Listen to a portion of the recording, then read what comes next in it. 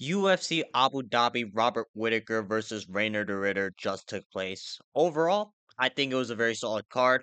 Now, if you guys can't tell, I am on vacation right now, and I'm having a hard time adjusting to jet lag, and also the fact that this event from where I'm at was playing at like 5 in the morning. But it was very hard. It was very hard to watch. But I tried to watch as many of the fights as possible. And based on what I remember, trying to stay up, especially for the co-main and main event, I thought it was a pretty solid card. There were a couple of icky fights, but we'll get to talk about all of them. So yeah, with that being said, here's my reaction, starting with the main event, all the way to the early prelims, and without wasting any more time, let's jump right into the video. All right, we're gonna first start off with the main event: Robert Whittaker versus Reiner De Ridder, and I am a biased Robert Whittaker fan. But I gotta say it, Reiner De Ridder clearly won at least rounds 2, 4, and 5. I just don't think Robert Whittaker was able to do enough, especially in the later rounds, because Reiner De Ridder would be in Robert Whittaker's face like almost the entire time. That being said, Reiner De Ridder, he's a lot better than I thought. Now, he is incredibly goofy, more goofy than what I initially thought because I could just see him just like stumbling and bumbling around, like trying to evade the punches of Robert Whittaker by like kind of walking like a drunk man, and then just like throw a looping overhand jab or some goofy stuff like that, and somehow it hits Robert Whittaker. Overall, Reiner De Ridder, you gotta be up there for like one of the goofiest fighters I've ever seen, but it's effective. Reiner De Ridder, like he just physically mocked Robert Whittaker a lot. Like every time they're in the clinch, Reiner De Ridder's just you know putting his weight against Robert Whittaker, and all the knees to the body, all the short little punches that Reiner De Ridder was throwing against Whittaker, they were adding up.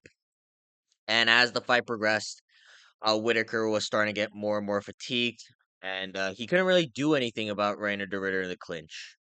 I know that Whittaker, like, he could separate at times, and he had to like really burst out of there to do so. But every time they were in the clinch, it was kind of depressing because Reiner De Ridder just kept beating him, Robert Whittaker up slowly but surely in the clinch. I will say though, Robert Whittaker, he looked really good. All right, I'm not gonna make any excuses for him. Like round one, I thought this was gonna be a vintage Robert Whittaker masterclass because Whittaker was just out striking Reiner De Ridder on the feet. Like the jab was money for Whittaker. Like Whittaker was the much faster fighter. He was able to get all of his shots off. But Reiner De Ridder is very tough. And again, every time De Ridder thought about clinching or he successfully got a takedown, there wasn't much Robert Whittaker really do. Yeah, I'm really heartbroken for Whittaker because I think this is it. I don't know if he's gonna come back and try to go for another title run because now I think he's like 5 wins away. Like it's a very foreign uh, thing to look at, a Robert Whittaker title shot.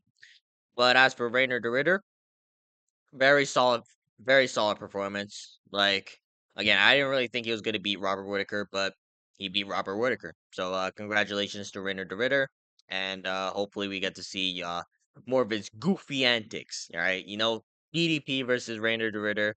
Like we need to see it now. Like I didn't really understand it at first, but we got to get these two goofballs in the octagon and just like I don't know, have a cartoon fight there. All right. I can't wait to see Reiner De Ridder fight DDP potentially.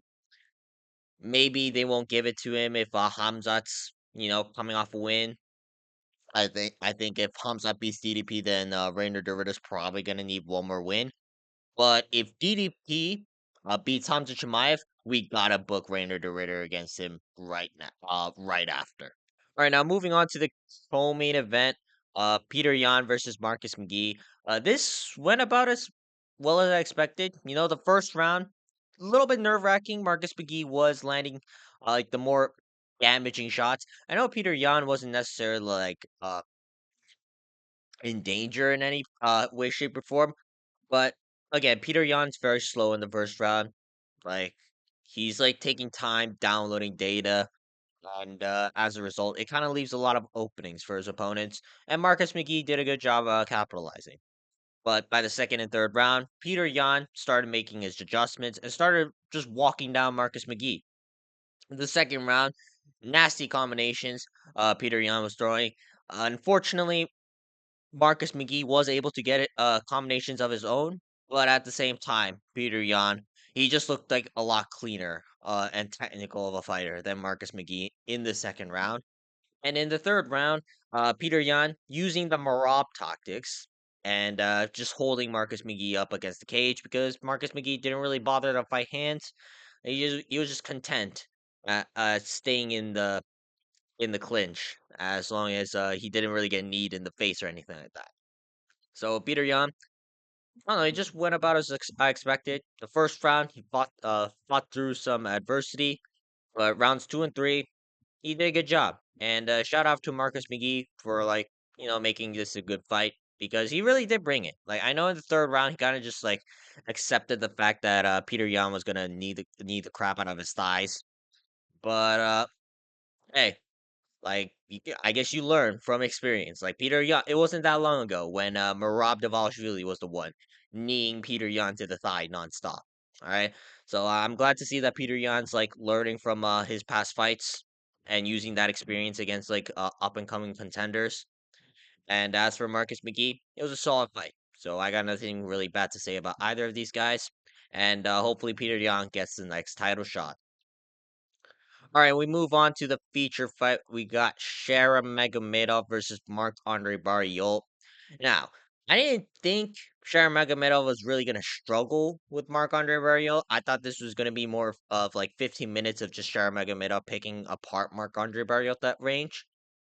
But it was a war. It was a very solid fight. Like, Sharon Magomedov, I think he got wobbled in the second round by Marc Andre Barrios. Like the first round went about as expected. All right, like there wasn't any shocking twist or turns. All right, Sharon Magomedov just kept picking apart Marc Andre Barrios at that range. But the second round, Marc Andre Barrios went, yeah, nah, I'm done being a punching bag, and proceeded to try and walk down Sharon Magomedov. Broke Shara's nose at one point. All right, that needs to be mentioned. Shout out to Sheriff for pulling through and gritting through the entire fight. But again, I didn't really think Mark Andre Barrios was going to be the one to be able to walk down Sharon Magomedov. So that was kind of surprising. If anything, it kind of indicates that it's clear now that Sharon Magomedov isn't exactly like top level. Like he is fun to watch, but I'm like going to war with Mark Andre Barrios in 2025. Like you can't be doing that and at the same time be like a top contender. But he's fun regardless, so I'm not really gonna complain much about him. If anything, I'm gonna applaud Sharon Megomedov for this fight because again, he broke his nose in the second round and still decided to fight through. Like outside of his kicks at range, like his clinch work was really good. I think that's why the judges decided to give him 30-27. Even though I didn't really think Sharon Megomedov won the second round. But hats off to Sharon Magomedov and Marc Andre Barriol. Not exactly the highest level of fighters, but they're very fun to watch. All right, now moving on, we got Asua Mabayev versus Jose Ochoa. Yeah, what do I say about Asua Mabayev? Like, I know he got some takedowns, especially in the later rounds, but can I be real? I thought Jose Ochoa kind of won the fight. Like, it wasn't like Asua Mabayev was dominating the grappling. Like, he got some control time, and he was able to and maintain positions at times. But majority of the time, Jose Ochoa was just stuffing takedowns and then proceeding to beat up on Asul Mabayev on the feet. I thought rounds one and two very much could have went to Jose Ochoa. Now, to be fair, I did not really pay attention that deeply into the fight. All right, I was fighting for my life here, trying to like stay up while incredibly jet lagged at the moment. But as for Asul Mabayev, however, like if he won, like cool, but he's just a terrorist. Like, I have no other ways to explain it. Like, he deserves to be in the apex. Like, this guy literally pointed down to the ground and like he's Max Holloway, and then immediately shot for a takedown. All right, that is some terrorist behavior, and quite frankly, you cannot be asking for Joshua Van or anybody above him in the rankings. He's probably gonna get at best Alex Perez in the apex. All right, it wasn't exactly the best performance. I guess Love won, even though I don't really agree with it. But it's clear he's not the most entertaining fighter on the roster, and he should be kept in the apex because of it. All right, now moving on, we got Nikita Krylov versus Bogdan Guskov. Man, I got a lot of fights wrong on this card, and I couldn't be more wrong about this fight. I thought Nikita Krylov was gonna mix in the wrestling and just be able to make it a mixed martial arts fight against Bogdan Guskov. Unfortunately, Nikita Krylov didn't do that. He just kind of kept trying to wing big meaty hooks and overhands against Nikita Krylov. He threw a lot of naked leg kicks, and Bogdan Gushkov was able to capitalize. Like it took him some time. Like he was trying to, find Nikita Krylov's patterns. But once he kept finding out that Nikita Krylov doesn't really protect himself when throwing the leg kick, Bogdan Gushkov proceeded to throw the overhand right, dropped Nikita Krylov very badly, and then proceeded to hound on Nikita Krylov. Like he went from being a dark horse of the division to getting knocked out by Dominic Reyes and the doppelganger of Anthony Smith. You know, it's very hard. It's very hard for Nikita Krylov, I guess. I legitimately thought that he was gonna be like something big in the light heavyweight division, right? Like I really thought that he was gonna be doing something, but unfortunately, it's clear now he's kind of just an aggression merchant with a chinny chin. I guess anyone who's like very good at counter striking. And I don't know. I think those 2 years that he was like not fighting, it was very it's kind of unfortunate because now I don't think Nikita Krylov has the same level of like pressure that he once had. But as for Bogdan Guskov, uh, crazy knockout. I think he's gonna get a big jump up in competition soon because of this. And I couldn't be happier for Bogdan Gushkov because I don't know. So when have we seen someone who even looks like Anthony Smith win a fight like in impressive fashion? All right, it's been a while. So yeah, hats off to Bogdan Gushkov for knocking out Nikita Krylov in the first round. All right, now we move on to the prelims. We got Brass Mitchell versus Sain Nurmagomedov. Brass Mitchell just basically controlled Said Nurmagomedov on bottom position. Am I gonna lie to you and say it was the most entertaining fight? No, but it wasn't as boring as people make it out to be. Like I understand that Bryce Mitchell didn't really throw any offensive submission attempts, nor did he really try to throw some ground and pound against Said Nurmagomedov. But I thought Bryce Mitchell was doing a good job jiu-jitsu wise here. Like the first round, I understand that Said Nurmagomedov threw the knee and dropped Bryce Mitchell badly. But right after that, Bryce Mitchell just locked in with his wrestling. It took Said Nurmagomedov down at will and was able to control Said Nurmagomedov for the majority of the fight. And also his post-fight interview with Michael Bisping, I really found it funny that Bryce Mitchell was preaching Christianity in Abu Dhabi of all places in front of an Abu Dhabi crowd. So I thought that was actually really funny. Regardless, Bryce Mitchell, I don't know, he did a lot better than I thought. He actually adjusted to like Sainer Magomedov's guillotine attempts because we know that Bryce Mitchell does get guillotined a lot in his past fights. But I don't really think that Bryce Mitchell is going to be looked at as a needle mover moving forward. Like, I don't think the UFC is really going to do him any favors, especially off a performance like that where he just kind of used control against Saidner Magomedov. Like, Bryce Mitchell's probably going to have to fight one more before he fights a ranked opponent. But it was a solid performance. I thought that Saidner Magomedov was going to win. But it turns out Bryce Mitchell, using his physicality, using his wrestling, was just able to neutralize Said Nurmagomedov for a lot longer than I initially thought. So yeah, overall, congratulations to Bryce Mitchell, and I do love his post-fight performance, post-fight interviews. But not the most entertaining fighter in the cage. All right, now moving on, we got Muslim Salikov versus Carlos Leal. Now, I thought that Carlos Leal, the roided up Brazilian monster, was gonna just walk through Muslim Salikov. But no, that's not what happened. Muslim Salikov just dropped Carlos Leal badly with the overhead right, and it was a walk-off KO. I really don't understand how Carlos Leal lost this. Like, I thought Carlos Leal was gonna be the one to knock out Muslim Salikov, but Salikov at the age of 41, you know, he's very good. He just step back right hand against the Carlos Leal. Nothing really much else to talk about because Carlos Leal, he just jumped into a Muslim Salikov. But shout out to Muslim Salikov for finding the shot. You know, I'd be pretty intimidated by a, roided up Brazilian monster that's charging right in front of me, trying to cleave my head off. So the fact that Muslim Salikov was able to find the shot, all right, it's pretty impressive. And as for Muslim Salikov, I think he should be finding a fight with Stephen Wonderboy Thompson. Like, I understand that Wonderboy technically didn't lose to Gabriel Bonfim, but I think Muslim Salikov is it's a very approachable matchup for both. It's gonna be a very fun matchup because both guys primarily like to kick a lot, and I don't really think that either guy is gonna knock each other out. I understand that Muslim Salikov was the one to knock out Carlos Leal just now, but it was like it rarely happens. All right, outside of wheel kicks, Muslim Salikov rarely gets like knockouts like this. But hey, it was a highlight reel knockout. So shout out to Carlos Leal. I'm sorry, Muslim Salikov for knocking out Carlos Leal. All right, now moving on, we got Davy Grant versus Damon Blackshear.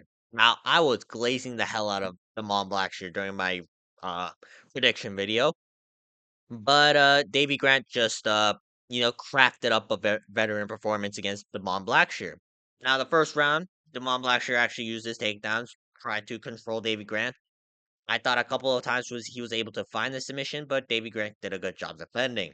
However, starting from the second and third round, Davy Grant decided to say no more of that and just pieced up Damon Blackshear. Like, I think Devon Blackshear gassed himself a little bit too much in the first round, trying to maintain top position, trying to look for submissions and all that. Second round, Davy Grant was starting to pick apart Damon Blackshear on the feet, and Damon Blackshear really couldn't find any timing to his takedowns.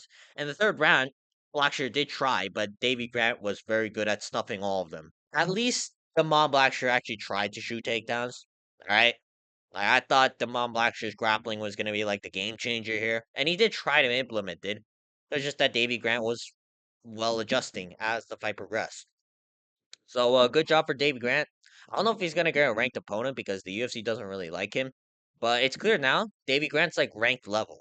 Like, he's beaten a lot of guys, and the fact that Davy Grant's doing this at the age of 39 to me, it's incredibly impressive. So, unless Davy Grant decides to go on his annual hiatus, this is like his once a year fight, and we won't probably see him till like I don't know, like next year in January or something like that. But good hats off to Davy Grant for a crafty veteran performance because I really thought that Damon Blackshear was going to be the next thing in the bantamweight division. But Davy Grant decided to prove me wrong for this fight. All right, now moving on, we got Amanda Ribas versus Tabitha Ricci. Now, I thought that this was going to be ending in a very NPC like women's MMA 29-28 decision. But no, Tabitha Ricci knocked out Amanda Ribas in the second round. Like, I really did not expect that from Tabitha Ricci of all people.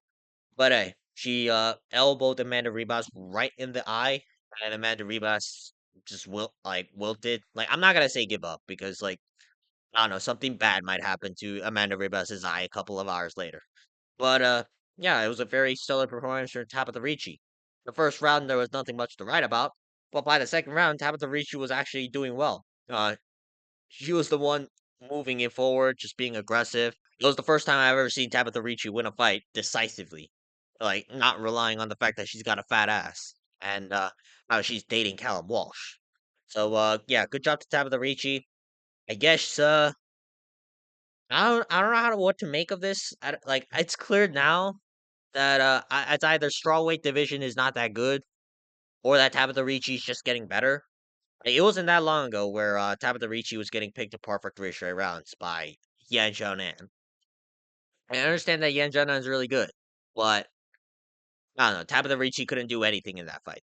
So I guess shout out to Tabitha Ricci for getting a bounce back win. They better not give her a title shot off this because I know the UFC loves Tabitha Ricci because of her fat ass.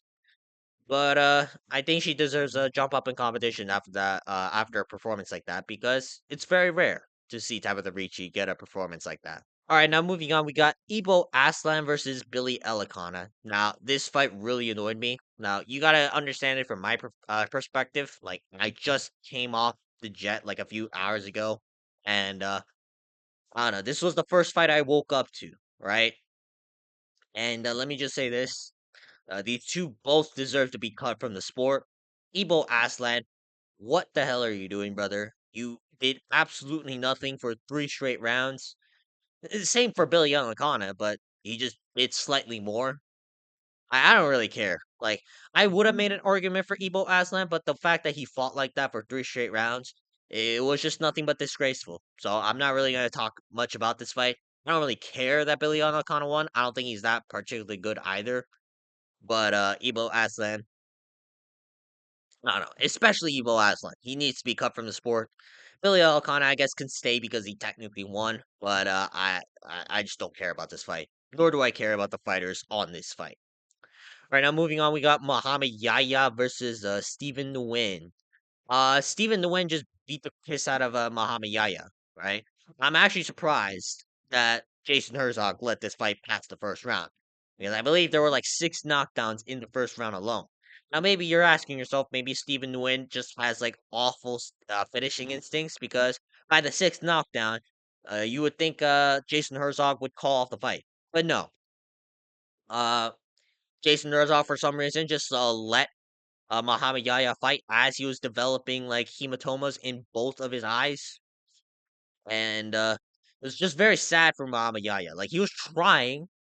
Like I always crap on my Muhammad Yahya because he's not good, but he was at least trying to win a fight, and unfortunately he just kept getting the piss beat out of him, and it was very sad to see. I guess shout outs to Stephen Nguyen for just beating the piss out of Muhammad Yahya. I don't know if that really means anything, to be honest, but Stephen Nguyen didn't get a win, and I guess that's what matters most. So yeah, shout out to Stephen Nguyen. As for Muhammad Yahya, I kind of feel for him, even though I don't think he's that good of a fighter. All right, moving on, we got Martin Buday versus Marcus Buchecha. Now, I didn't watch this fight. All right, I was kind of sleeping, but let me just say this: the fact that Martin Buday won this fight, I already know what happened. Marcus Buchecha probably failed every single takedown. He barely did anything on the feet. And Martin Buday just kind of blobbed up on him for like 3 straight rounds. So Marcus Buchecha, I'm not even like even if it was a robbery, all right, the fact that you went to a decision with Martin Buday in 2025 is simply disgraceful. Martin Buday is not ranked heavyweight level. Martin Buday is a fat NPC blob who happens to have a ranking behind his name. So I don't really care to watch back this fight. I just know that Martin Buday is not good even after he beat Marcus Buchecha. And Marcus Buchecha should be ashamed of himself for losing to Martin Buday. All right, that's gonna be for today's video. Leave a comment down below what you guys think about UFC Abu Dhabi. Uh, does Reiner De Ridder have invincible plot armor? And also, I'm trying to kind of format my recap videos like this more often, where I talk about the main event and all the important fights first before I talk about the early prelims. Because let's be honest, nobody gives a shit about the early prelims. But let me know what you guys think about this new format. But other than that, make sure to like and subscribe, and I will see you guys next time. Peace.